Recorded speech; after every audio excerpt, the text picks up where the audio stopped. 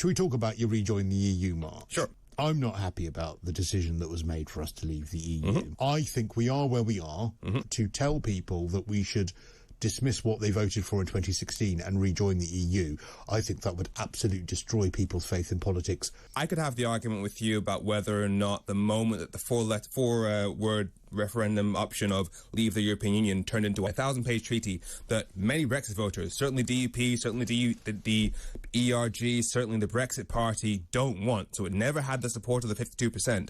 The moment it turned into that, the referendum mandate expired. But that entire conversation is living in the past. Where we are now, you say we are where we are now. Yeah, where we are now is we are seeing the consequences of Brexit. Because, like, the National Federation of Fishing Organisations, that's not some Remainer coup organisation. That's fishermen, the very people who wanted Brexit from the start. They're saying they're losing £300 million over the 5 years. The Pig Association, not some Remainer coup. They're saying they've had to burn 40,000 pigs due to a lack of butchers. The Federation of Small Businesses, not some Remainer organisation. They're saying that 70% of their organisation, 70% of their businesses have had trouble selling to the EU. Half of them have stopped or reduced altogether. This is something that is damaging people. And as for the government's plan to fix it, it's all about growth, yet the government's own experts say that Brexit has cut £100 billion a year off our economic productivity. But a lot of people... It can't undermine democracy to go against their own will. This is the very people who wanted this. You can't say, no, you decided, therefore you can't They would argue that it was just implemented wrongly. As you said, Chris, though, it's been 6 years. You've had every opportunity to implement it correctly. You've had